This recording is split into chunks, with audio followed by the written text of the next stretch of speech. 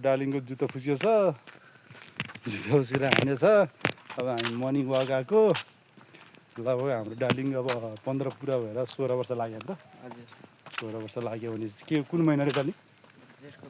जेठको 22 गते 15 पुरा भएर 16 वर्ष लाग्यो।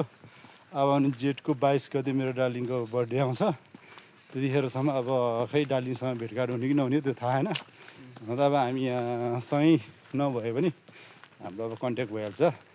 म जहाँ भए पनि अब डार्लिङ पढ्दैछ, उसको अब करियर बनाउँदैछ होइन। अब भर्खर 9 क्लासमा पढ्दैछ होइन। 9मा जे होस् उसले पढाइ पनि राम्रो पढ्दैछ भनौँ, पहिलाभन्दा धेरै प्रगति छ। त्यो खुसी लाग्छ आफूभन्दा सानो भाइले अब नराम्रो बाटोमा भन्दा पनि राम्रो बाटोतिर हिँड्दाखेरि पढाइलाई एकदम फोकस दिँदाखेरि खुसी लाग्छ।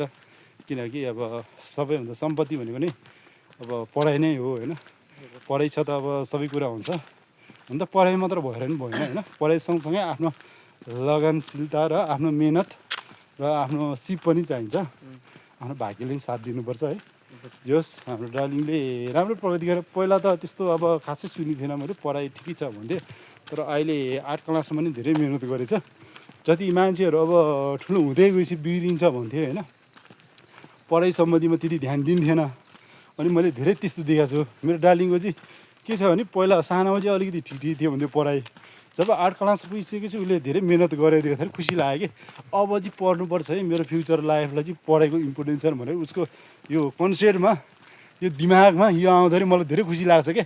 किनकि कतिपय मान्छेहरू यति ठुलो उमेरमा यो जेनेरेसनमा कस्तो नि अलिकति पढ्न नखोज्ने, घरमा बाबाले भनेको नमान्ने होइन, पढाइलाई इम्पोर्टेन्ट दिन नखोज्ने, खालि खेल्न डुल्न होइन।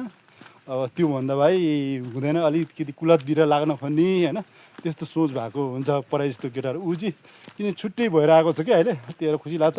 मैले चाहिँ पढ्नुपर्छ है भनेर उसले एकदम अहिले ध्यान दिएर पढेछ है। 8 क्लास पनि एकैचोटि कति 5औँ कति भयो डार्लिङ? 5मा भएको है। नम्बर पनि राम्रो ल्याएको थियो, 3 पोइन्ट कति लिएर आएको थियो। जिल्ला स्तरीयको 8 कक्षाको इक्जाम। अनि अहिले 9मा पनि एकदम मिहिनेत गरिरहेको छ। होस् उसले अरूलाई पनि यसो इन्फर्मेसन दिइरहेछ आफू चाहिँ पढ्नुपर्छ भनेर। उसले घरमा लगभग स्कुल जान्छ होइन, आउँछ।